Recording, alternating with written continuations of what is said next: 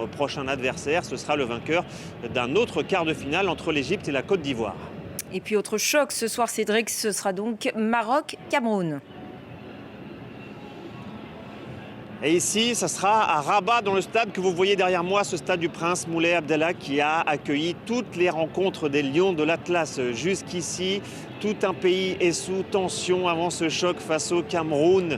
C'est le premier grand test pour le Maroc dans cette Coupe d'Afrique des Nations qui jusqu'ici a eu un parcours plutôt abordable sur le papier, même si la qualification en quart de finale a été difficile après la victoire 1-0 contre la Tanzanie. Cette fois-ci, ce sont les Lions indomptables du Cameroun qui se dressent devant les Marocains. Et c'est une équipe qui rappelle de très mauvais souvenirs ici, puisque le Maroc n'a organisé qu'une fois dans son histoire la Coupe d'Afrique des Nations. Avant celle-ci, évidemment, c'était en 1988, les Marocains qui avaient été éliminés en demi-finale. Et devinez contre qui? Évidemment, contre le Cameroun. Alors, le passé ne reflète pas forcément le futur. Alors, il y a beaucoup d'espoir, évidemment, du côté des Marocains. Le problème, c'est que le milieu de terrain de cette équipe est affaibli avec plusieurs joueurs blessés. Sofiane Amrabat, par exemple, va démarrer sur le banc de touche. Asdine Ounahi, joueur clé, lui est blessé et forfait pour le reste de cette compétition. De quoi donner des sueurs froides aux supporters, alors que le Cameroun monte en puissance dans ce tournoi. Les Camerounais qui ont eu une préparation compliquée avec un sélectionneur seulement nommé quelques semaines avant le début de cette Coupe d'Afrique des Nations. Je vous parle de David Pagou et malgré ce contexte, les Camerounais ont passé match après match en étant très convaincants, en éliminant l'Afrique du Sud au tour précédent, l'un des favoris du tournoi. Alors les Camerounais ont bon espoir de gâcher la fête des Marocains ici à Rabat. Merci beaucoup Cédric pour toutes ces précisions depuis Rabat et on suivra bien évidemment l'issue de ce match Maroc-Cameroun ce soir à vos côtés. Donc je rappelle ce score 1-0 pour le Sénégal contre le Mali. C'était il y a quelques instants, le Sénégal qui est donc qualifié pour les demi-finales de la CAN. Voilà pour l'essentiel de l'actualité internationale. Restez avec nous. Une semaine dans le monde, c'est tout de suite. Du vendredi au dimanche, ne manquez pas l'essentiel week-end, présenté par Marion Gaudin. Pour tout savoir, pour mieux comprendre. Je vous donne rendez-vous tous les week-ends pour partager l'essentiel de l'actualité sur France 24.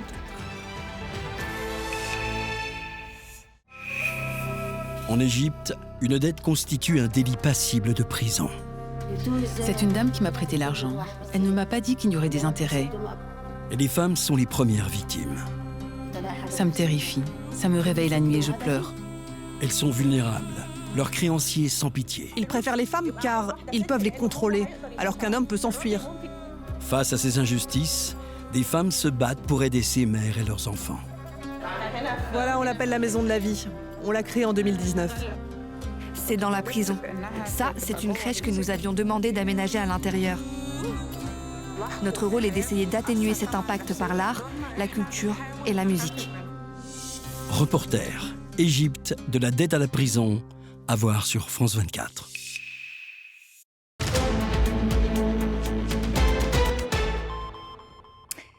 Et bonsoir et bienvenue dans ce premier numéro d'une semaine dans le monde de l'année 2026, une année qui débute avec fracas, avec à mes côtés ce soir Ziad Limam, directeur du mensuel Afrique Magazine. Bonsoir Ziad et bonne année.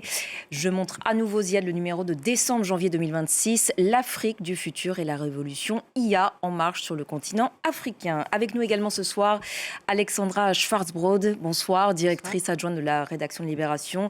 À la une du journal Ce Jour, qui peut encore sauver le Groenland? On y reviendra bien évidemment largement dans quelques minutes.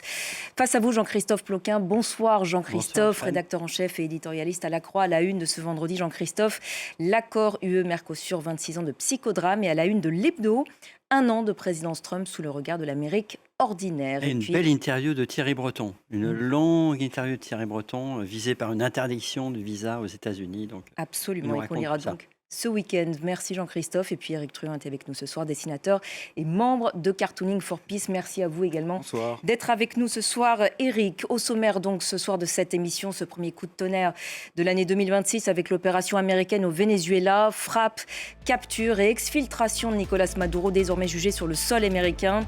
Un retour en force de la doctrine Monroe à la sauce Trump qui bouleverse une nouvelle fois l'ordre international. Et puis le président américain annonce qu'il pourrait s'en prendre dans quelques semaines au Groenland dont les États-Unis ont selon lui besoin. Et plus que jamais, l'Europe apparaît pour le moins impuissante face à ce président américain dont le soutien à l'Ukraine est par ailleurs indispensable. Et puis autre cible potentielle du président Trump, l'Iran, alors que Donald Trump menace le régime d'une intervention en cas de répression des manifestants, dit-il. Ces derniers battent le pavé depuis 2 semaines maintenant dans de nombreuses villes du pays, un mouvement à l'origine contre la vie chère, mais qui a pris une tournure politique. Alors le régime des mollahs est-il en péril ?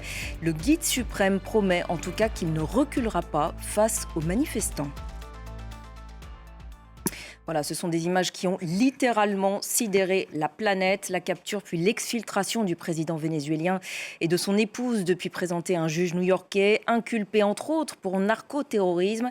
Une intervention américaine en dehors de toute légalité internationale que les Trumpistes justifient par la nature du régime Maduro. Mais Donald Trump ne s'en est pas caché. C'est aussi et surtout le sous-sol du Venezuela qui l'intéresse. Le pays détenant les premières réserves de pétrole de la planète. Alors assiste-t-on à une nouvelle forme d'impérialisme américain? On va écouter tout de suite Donald Trump. Nous devons d'abord reconstruire ce pays. Après, il y aura une élection, mais il ne saurait même pas en organiser une aujourd'hui. Le pays est devenu un pays du tiers-monde et il ne saurait pas faire une élection. On va reconstruire les infrastructures pétrolières et les gérer. On fera ça bien et ça va rapporter beaucoup d'argent. On reconstruira ce pays et seulement après cela, il y aura des élections.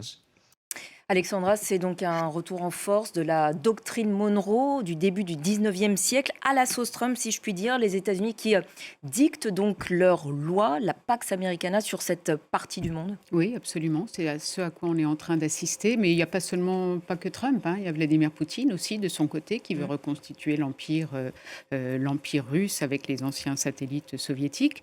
Donc, on voit vraiment qu'il y a en ce moment trois Sphères d'influence. Trois sphères d'influence qui sont en train de se reconstituer, qui essayent de se reconstituer. Alors, il y a une dimension nouvelle avec Donald Trump, c'est que c'est d'abord un businessman, Donald Trump. Et on voit bien que toutes les cibles qu'il vise, le Venezuela, vous l'avez dit, est la première réserve de pétrole au monde. Donc, c'est énorme. Et on a interviewé dans Libération aujourd'hui un chercheur qui explique bien que qui détient les réserves d'énergie, qui détient l'énergie de demain, contrôlera le monde. Et ça, Donald Trump, il en a bien conscience. Le Groenland, on va en parler aussi, ce sont des réserves de terres rares énormes. Donc, il y a la notion aussi business chez Donald Trump. Et d'ailleurs, et au Moyen-Orient aussi, puisque son but, c'est de reconstituer, c'est de créer un lien avec les puissances pétrolières du Golfe, là aussi, dans un contexte de business. Donc, il y a cette envie de reconstituer l'empire, les sphères d'influence de l'Amérique, mais avec cette dimension business qui est très importante pour lui et pour son entourage, parce qu'on voit bien qu'il a constitué, il est entouré de gens, notamment son gendre, qui sont dans l'immobilier, dans l'énergie, et c'est vraiment le fric qui les anime aussi, surtout.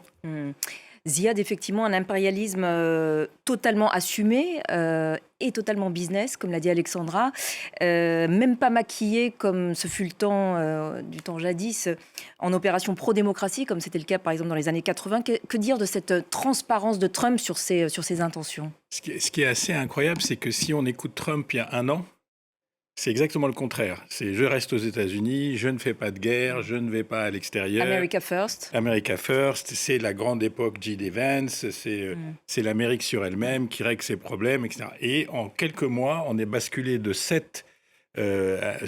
paradigme américain à une Amérique conquérante qui règle ses comptes. Il ne faut pas oublier que Maduro, il est sur la liste noire américaine déjà depuis un certain temps. C'est-à-dire que c'est Trump qui fait le dernier chapitre, mais... Oui, ça a commencé sous Barack Chavez Obama. Et Maduro sont des gens qui sont dans le collimateur de l'Amérique depuis très longtemps par gauchisme supposé, alliance avec Moscou, Cuba, qui est, comme vous le savez, générateur de vote aux États-Unis, et que Cuba est maintenu en vie par le Venezuela. Mais ce qui me choque vraiment...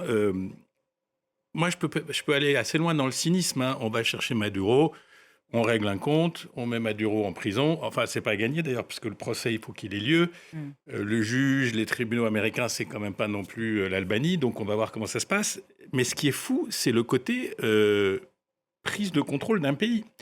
Et le Venezuela, ce n'est pas un petit pays. On parle d'un pays de 36 millions d'habitants, avec une longue histoire très compliquée. Ils ont été très pro-américains à un moment, avec un régime qui était corrompu jusqu'aux yeux, qui a d'ailleurs généré le chavisme. Le chavisme est venu en réaction d'une oligarchie vénézuélienne qui, contrairement à ce qu'on dit, était totalement corrompue. Donc ce pays, je ne vois pas comment on va dire à ces élites d'être des collabos, parce que c'est ça. Vous allez être des collabos de l'Amérique, on va prendre vos richesses. J'arrive même pas à comprendre l'argument. J'ai entendu des magas à la radio ce matin qui disaient « Oui, mais ils nous l'ont volé, le pétrole ». Donc on revient à l'époque pré-Chavez.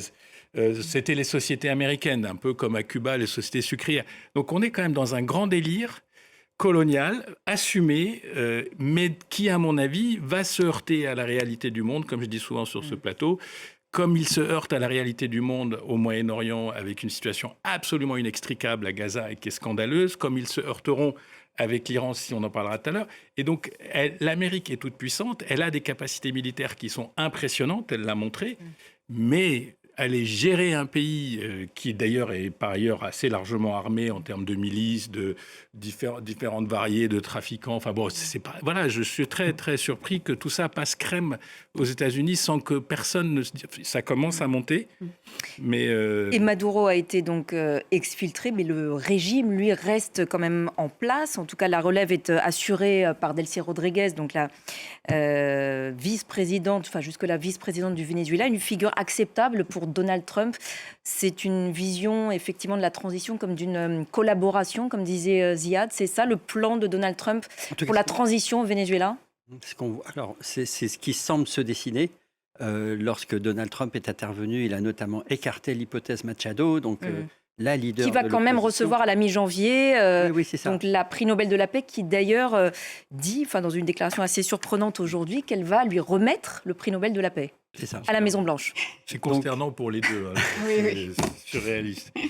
Et ça ne va rien changer sans doute à son sort à elle. Mais bon. Voilà, ce qu'on voit. Ce qui a été posé durant les premières heures et les premiers jours, effectivement, c'est essayer de conserver le régime en place, mais de négocier avec lui, le régime vénézuélien, mais de négocier avec lui pour justement les accès américains au pétrole. Donc c'est toujours la stratégie du deal de Donald Trump, quoi. Ce qui est quand même intéressant, c'est de voir que c'est à l'opposé de la stratégie que les États-Unis de George Bush avaient utilisée en Irak, où là, en 2003, c'était au contraire, évidemment, on chasse Saddam Hussein, mais aussi c'est ce qu'on avait appelé la débaassification, c'est-à-dire que le parti d'État qui contrôlait tout l'Irak de Saddam Hussein, ils ont été tous virés, les militaires de haut rang ont été tous virés, et donc l'Irak s'est retrouvé sans structure dirigeante, et ça a favorisé très vraisemblablement le chaos ensuite qui a plongé l'Irak dans l'horreur.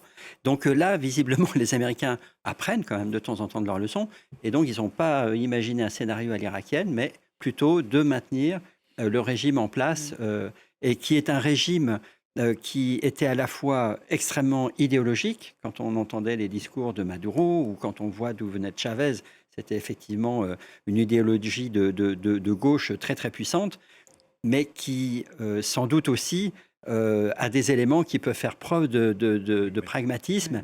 Et l'ex-vice-présidente, qui est aujourd'hui présidente par intérim, était parmi le quintet un petit peu dirigeant, était identifiée comme l'une de celles qui pouvaient effectivement faire preuve de pragmatisme. Alors, il y a aussi sans doute une envie de la part de Trump de diversion, de faire diversion, parce qu'on a bien vu qu'en interne, il y a les midterms qui arrivent prochainement, enfin bon, à la fin de l'année, et c'est vrai que la situation économique n'est pas extraordinaire aux États-Unis. Certains Américains, même qui ont voté Trump, commencent à se demander où il va, pourquoi, il doit être comment. déboussolé justement par ses promesses de America First, et puis maintenant on intervient à l'extérieur. Oui, mais bon, vous avez vu, il fait le cacou. Sa conférence de presse était sidérante, où je suis le meilleur, j'ai réussi un truc extraordinaire qu'on n'a jamais vu. Je pense que ça peut marcher auprès d'une partie de son électorat. on va voir, la suite va dire si sur le moyen terme ça marche, parce que, comme vous le disiez très bien, il n'a pas été élu pour ça, ça c'est clair, mais ça permet quand même de faire diversion, de montrer quand même qu'il est le plus fort, et ça plaît beaucoup à une partie de son électorat, et puis de faire peut-être diversion, parce que avec la guerre en Ukraine, qu'il avait dit qu'il réglerait en 24 heures, on voit bien qu'on n'y est pas encore. Ça patine, il n'arrive pas à faire plier Vladimir Poutine. Au Proche-Orient, bon, ça s'est très bien passé avec Benyamin Netanyahou la semaine dernière, mais c'est quand même pas ça. Gaza est dans une situation catastrophique, c'est un mouroir. La Cisjordanie, c'est terrible aussi. Et voilà, il voit bien les remontées. Donc voilà, le Venezuela, ça permet de faire diversion de tout ça et de le faire apparaître en majesté, alors que sa cote de popularité était en train de dégringoler. Et en même temps, pardon, si je peux ajouter, il y a quand même cette attention à l'Amérique latine qui est quand même un fait majeur aujourd'hui de cette administration, c'est-à-dire que dans la nouvelle doctrine de sécurité nationale, l'Amérique latine, enfin voilà, ce qu'ils appellent maintenant, l'administration Trump, l'hémisphère occidental. J'avoue que j'ai toujours pas compris ce que ça veut dire, parce qu'un hémisphère, pour moi, c'est un peu la moitié d'une sphère. Et là, il désigne quelque chose qui est complètement, voilà, toutes les Amériques en quelque sorte. Mais en tout cas, ça fait vraiment partie de la priorité aujourd'hui, on va dire avec la Chine, le fait d'être vraiment très influent et d'intervenir effectivement en Amérique latine. Et on voit bien qu'il y a aussi un dialogue, entre guillemets, qui s'engage avec la Colombie pour faire un peu plier le président Petro, lui aussi mais aussi s'arranger pour avoir un candidat trumpiste qui soit élu aux élections présidentielles de mai prochain en Colombie. Donc voilà, et puis il y a ce que Marco Rubio, le secrétaire d'État, disait sur Cuba. Marco Rubio, qui est un descendant de Cubains, et donc il a, lui, un enjeu personnel avec Cuba et avec le régime castriste. Donc cette attention de l'administration sur l'Amérique latine, je pense que voilà, il va y avoir d'autres événements durant l'année 2026. Truand, les dessins sur ce premier thème. Alors, on en a reçu beaucoup.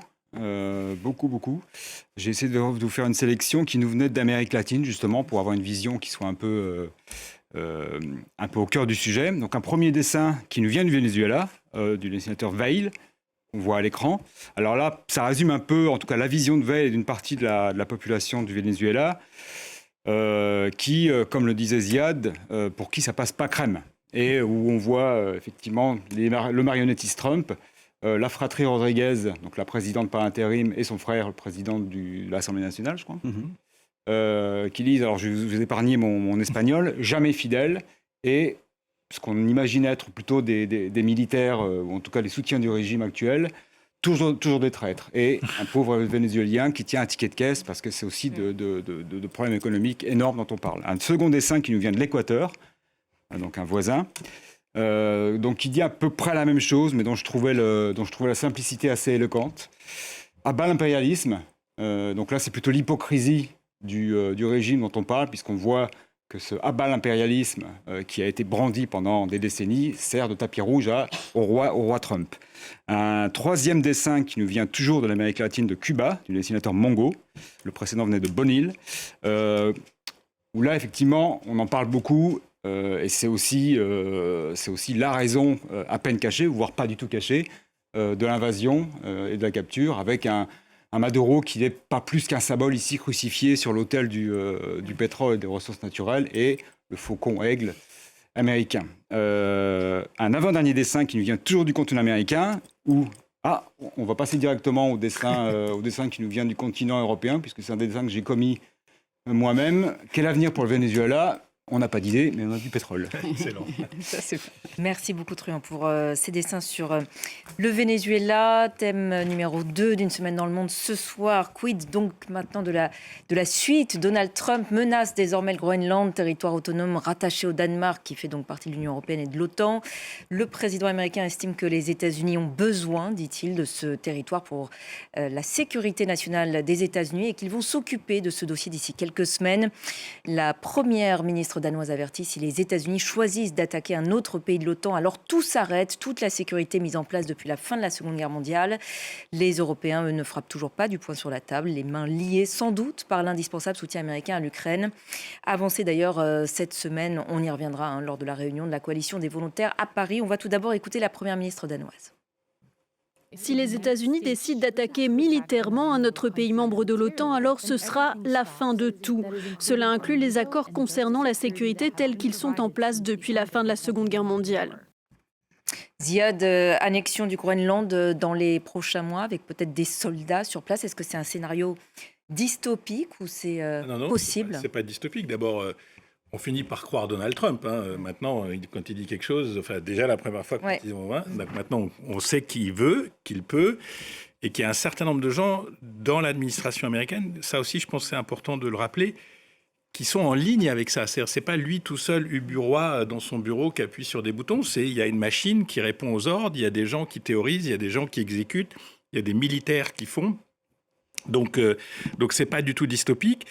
C'est une vieille lubie américaine. C'est pas depuis 6 mois ou 1 an. Ça fait déjà des années que les Américains imaginent acheter le Groenland. Et encore une fois, si on fait un peu preuve de cynisme, si on déplace la caméra au-dessus de la Terre et non pas comme ça, on s'aperçoit à quel point le Groenland est au cœur des enjeux de l'Arctique, mais réellement au cœur des enjeux de l'Arctique, parce qu'il touche presque les États-Unis, il touche le Canada, la Russie, la Chine. On est vraiment sur le pôle. Et donc, je comprends très bien, d'une certaine manière, que les Américains s'agitent, mais ils s'agitent parce qu'en réalité, ils ont des accords, ils ont des bases au Groenland qui sont déjà là. Tout ça pourrait très bien se passer, et c'est là qu'on rentre dans la moulinette trumpienne, l'hémisphère, etc., etc. Je ne pense pas qu'il y aura la guerre sur le Groenland, mais un lent étranglement du dossier, des pressions, de l'argent. Ils ont quand même humilié les Danois de manière très spectaculaire. Je veux dire, le Danemark est un des pays les plus pro-américains d'Europe, avec des accords même secrets. J'ai vu passer des infos aujourd'hui comme quoi ils auraient aidé les Américains à écouter Angela Merkel. Donc quand même, ils sont plutôt leurs potes, quoi. Eh bien, ce pays qui est leur pote, ils l'ont humilié. Ils savent que l'Europe est totalement désunie sur ce type de dossier, parce que ça supposerait une solidarité politique et militaire qui n'existe pas. Et on est, vous l'avez tous dit, main liée par le dossier ukrainien. Donc les Américains ont la main. C'est pas un dossier aussi spectaculaire que le Venezuela, que l'Amérique latine, que le Cuba, etc. Mais il faut pas dire dystopique, possible. Et Alexandra, là aussi, c'est le sous-sol et les ressources du sous-sol du Groenland qui l'intéressent ? Oui, c'est à la fois le sous-sol, parce qu'on sait que les terres rares, sont surtout la Chine détient beaucoup de terres rares, et on sait que les terres rares sont indispensables pour toutes les hautes technologies, nos smartphones. Notamment l'IA. Voilà, donc c'est vraiment les matières dont il va falloir avoir besoin dans les années à venir, qu'il va falloir détenir. Donc Donald Trump, là, sait qu'il a une manne sur laquelle il peut mettre la main. C'est aussi les routes maritimes, vous en avez parlé. C'est vraiment un emplacement stratégique.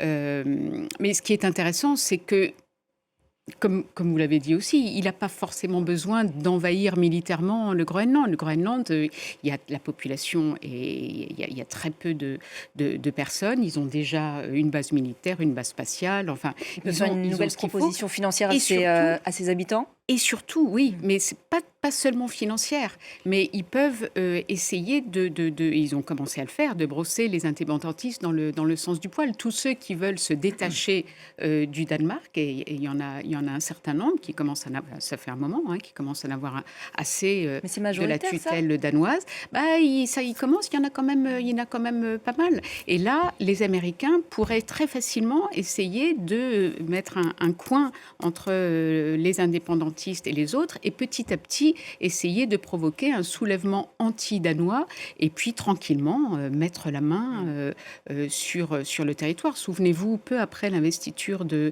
Donald Trump, le vice-président J.D. Vance avait voulu aller au Danemark sans être invité, un peu comme s'il allait chez lui, un peu comme si c'était sa résidence secondaire, et qu'il y allait tranquillement. Je crois que sa femme et ses enfants y étaient déjà. Il a voulu y aller, et là, les Danois ont dit non. Là, c'est pas possible. Et il a compris que c'était un peu tôt pour aller prendre la mesure des rideaux. Mais voilà, c'était juste une petite mise en bouche et je pense qu'ils vont tranquillement s'y installer peu à peu, sans fracas. Et les Européens, en effet, que peuvent-ils faire? Pour l'instant, ils sont... Et c'est la grande question, Jean-Christophe, que fait l'UE? Elle gagne du temps, elle essaye de gagner du temps. C'est vrai que le temps s'accélère à toute vitesse et que l'Union européenne, elle n'est pas encore, je ne sais pas si elle le sera un jour, mais en tout cas, elle n'est pas constituée comme une entité politique fédérale solide qui est capable de finalement faire émerger des consensus très rapides et de prendre des décisions très rapides. Et par ailleurs, elle n'a pas de force militaire. La sécurité sur le continent européen, c'est l'OTAN. Et l'OTAN, le principal contributeur et le principal actionnaire, c'est les États-Unis. Et donc, les Européens sont bien embêtés. Ils ne vont pas faire appel à l'OTAN contre les États-Unis. Enfin, voilà. Donc, effectivement, c'est une situation très compliquée. Il y a la solidarité, elle s'exprime de façon diplomatique. Les 6 plus grands pays européens ont fait une déclaration commune pour manifester leur solidarité au Danemark. Je pense qu'il ne faut pas négliger aussi ce qu'on voit un peu en Ukraine, enfin sur le dossier ukrainien, où à 3 reprises au moins, on a vu des espèces de coups de boutoir de Trump ou de son administration en faveur de Poutine, avec notamment la fameuse rencontre Zelensky-Trump à la maison, dans le bureau ovale, et l'humiliation de Zelensky. Et on a vu à chaque fois, finalement, les Européens se concerter, monter au créneau ensemble et arriver quand même à faire bouger les Américains dans leur stratégie vis-à-vis de la Russie. Donc là, on peut imaginer un scénario assez équivalent, c'est-à-dire que quand même, les Européens, ils ont des tas de 06, des tas de numéros de téléphone quand même au Congrès, dans l'administration et ailleurs. Donc, et on sait qu'aux États-Unis, par exemple, l'OTAN, c'est quelque chose de crucial. Il y a quand même des tas d'élus, y compris républicains, pour qui toucher à l'OTAN ou affaiblir l'OTAN ou avoir un comportement qui ruinerait toute confiance des alliés européens envers les États-Unis, c'est absolument pas bien perçu. Donc, il reste sans doute des cordes de rappel. Et effectivement, sans doute qu'on va vers un scénario qui va être plutôt, effectivement, grosse pression de l'administration et au bout du bout, des accords. Mais je ne suis pas sûr que l'OTAN... Enfin, la bataille pour le cœur de l'Amérique, c'est pas réglé. C'est-à-dire qu'il y a une partie des républicains traditionnels qui restent dans un schéma otanesque, atlantique, mais il y a une partie de l'opinion MAGA et de l'opinion publique qui a totalement débrayé. C'est vrai. Et que Trump incarne. Et je pense qu'un des problèmes de l'Europe, c'est la sidération. Parce qu'il faut voir ce qui s'est passé en 1 an. On sort de 4 ans de Biden. On s'était dit, bon, s'il revient, on va gérer comme on a relativement géré la première fois. On ne s'attendait pas du tout à la stratégie de l'éléphant dans un magasin de porcelaine. C'est-à-dire le type fait tout voler en éclats. Et cette Europe qui est complexe, pas fédérale, il faut qu'elle s'habitue à une rupture systémique. Moi, je pense réellement de la manière dont le monde fonctionne. Ça suppose d'intégrer cette rupture, de se mettre d'accord. Par ailleurs, il y a les Russes qui nous balancent des missiles ou qui aimeraient bien, ou qui nous envoient des messages subliminaux avec des nouveaux missiles qui peuvent... Oui, donc moi, je suis assez... Je ne suis pas très optimiste sur la capacité aujourd'hui. Alors, il y a beaucoup d'habileté, c'est vrai, parce qu'on est des négociateurs, on est des commerçants, donc on est des négociateurs, mais il y a quand même, je pense, une sidération très forte sur comment peut-on s'organiser face à ce changement systémique. Comment y répondre, ce qui est très intéressant, c'est que les Européens sont en train de réaliser qu'ils se sont liés les mains. Totalement donné pieds et poings liés à l'Amérique. Je parle au niveau technologie, au niveau même défense. C'est-à-dire que la plupart des avions de combat en Europe ne peuvent pas voler sans l'autorisation américaine. Pour ce qui est du numérique, tout est piloté par les Américains. Donc, ils réalisent un peu trop tard qu'ils n'ont pas... ils ont 20 ans de retard. Ils n'ont pas fait gaffe. C'est-à-dire qu'ils pensaient, et on peut les comprendre, nous-mêmes, on l'a cru aussi, que les Américains, pour la vie, étaient nos alliés. Et en fait, ça fait 1 an, même pendant le premier mandat de Trump, c'était pas à ce point-là. On voyait pas les Américains comme de possibles ennemis. Là, depuis 1 an, on comprend que les dirigeants américains, pas le peuple américain, on espère tous qu'il va se réveiller, mais en tout cas, les actuels dirigeants américains sont devenus des ennemis et non plus des alliés. Peut-être un mot quand même de cette 15e réunion de la coalition des volontaires cette semaine à Paris, en soutien donc à Kiev, en présence d'émissaires américains. L'Union européenne a quand même obtenu quelque chose. Enfin, ça a été un tournant, ce soutien américain à ces garanties de sécurité européennes, en cas bien sûr de cesser-le-feu.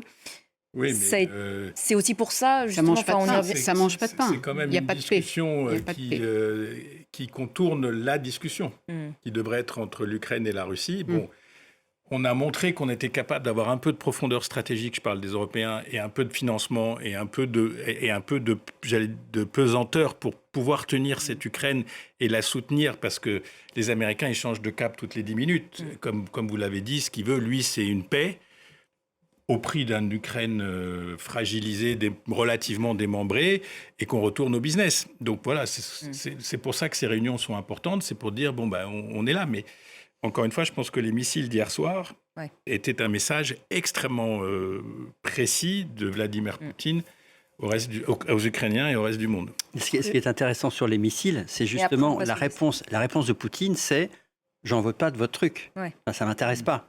Or, Trump essaye toujours d'amener Poutine quand même dans une logique de cessez-le-feu et de paix. Donc, effectivement, l'accord de la coalition des volontaires, il a permis une nouvelle fois de montrer qu'en face, Poutine ne voulait pas rentrer aujourd'hui dans un processus de cessez-le-feu. Et ça peut être important. Tout l'espoir des Ukrainiens, éventuellement des Européens, c'est de se dire un jour quand même, Trump, il va comprendre que Poutine n'en veut pas de la paix. Donc il faut encore augmenter la pression sur lui. Le regard des dessinateurs de presse. Oui, alors il se trouve qu'ils ont repris exactement la séquence de vos discussions. Premier dessin qui vient de Syrie, du dessinateur Fad Bahadi. Est-ce qu'on a affaire à une dystopie? Pas forcément, pas uniquement, mais à la volonté d'un seul homme finalement.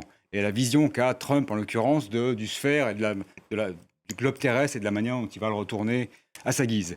Un second dessin qui vient du Portugal, du dessinateur Rodrigo, qui reprend un peu la thématique de la manne dont parlait Alexandra.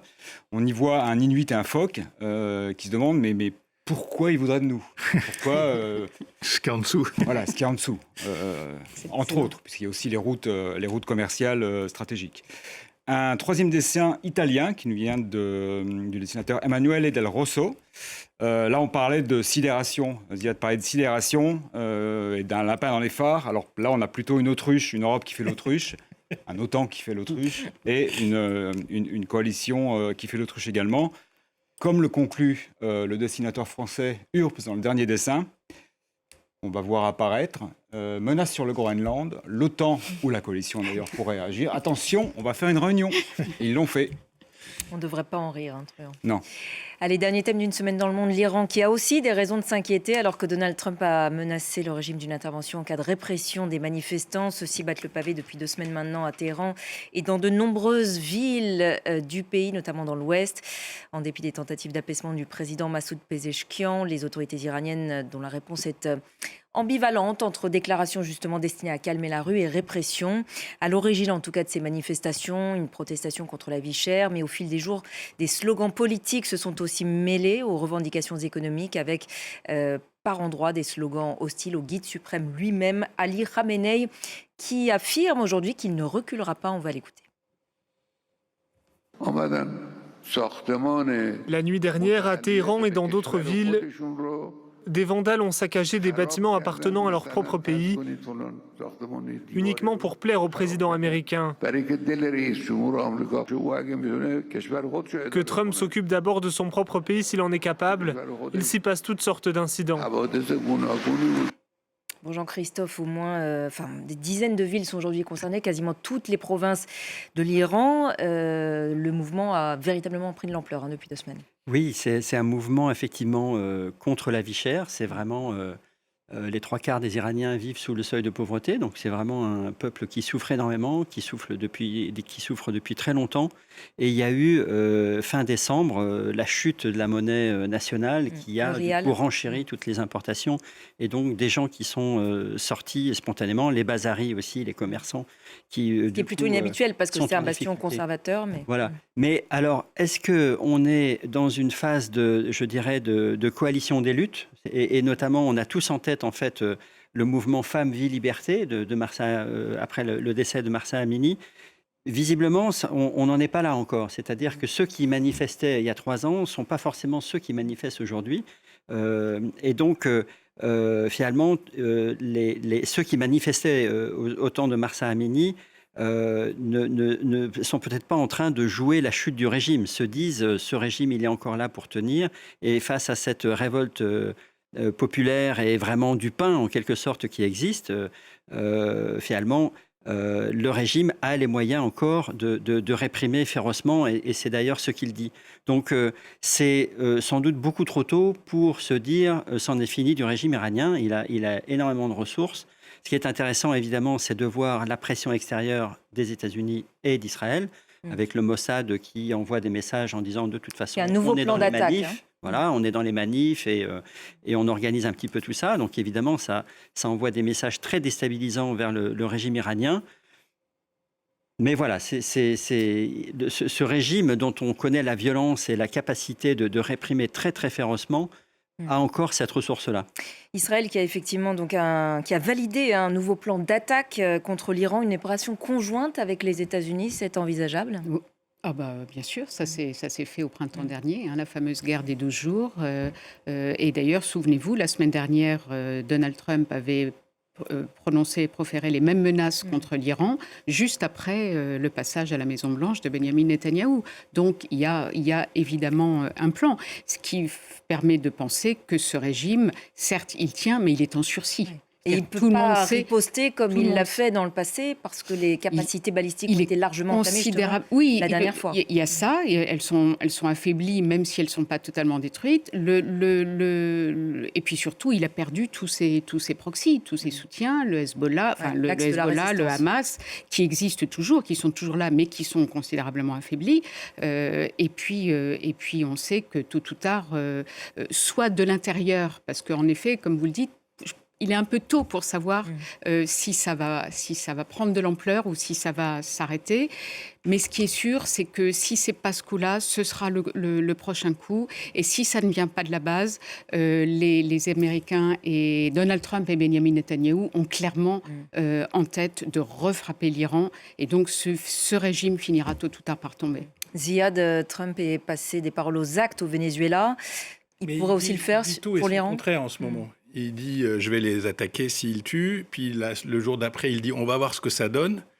Donc on est dans le pragmatisme trumpien. Il n'est pas dans une ligne aussi... pour les Israéliens, c'est une question de vie ou de mort. C'est clair, c'est net. Si on peut entraîner l'Amérique de nouveau, on le fera. Et ça. Les Américains, ils regardent. Qu'est-ce qui va se passer ? On sort le fils Pahlavi, puis finalement on le remet dans le placard. Enfin, c'est pas encore bien fixé. Se débarrasser des mollahs, ça serait génial. Est-ce que c'est au prix d'une guerre qui n'est pas de la même ampleur ? Ça se discute. Moi, je pense que la dynamique, elle se joue à Téhéran. C'est-à-dire que tant que le régime religieux reste cohérent avec lui-même, tant que ça ne se fissure pas entre une aile, j'allais dire, parce que l'Iran reste un pays quand même à tonalité religieuse.